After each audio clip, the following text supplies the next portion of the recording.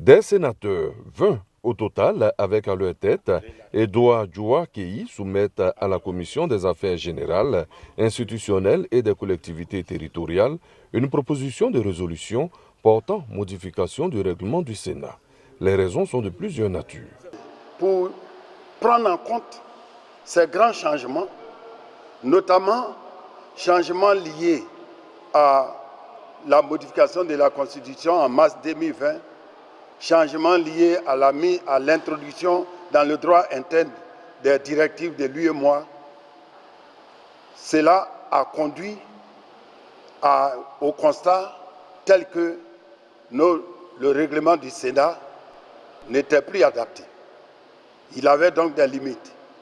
Il fallait, tenant compte de ces grands changements, adapter notre règlement.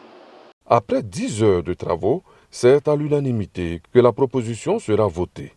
Le nouveau règlement compte 36 chapitres contre 29 dans l'ancien et 158 articles contre 163. À la pratique, nous nous sommes rendus compte qu'il y a des dispositions qu'on avait prises qui étaient en fait dupliquées dans le document, qui étaient dispersées.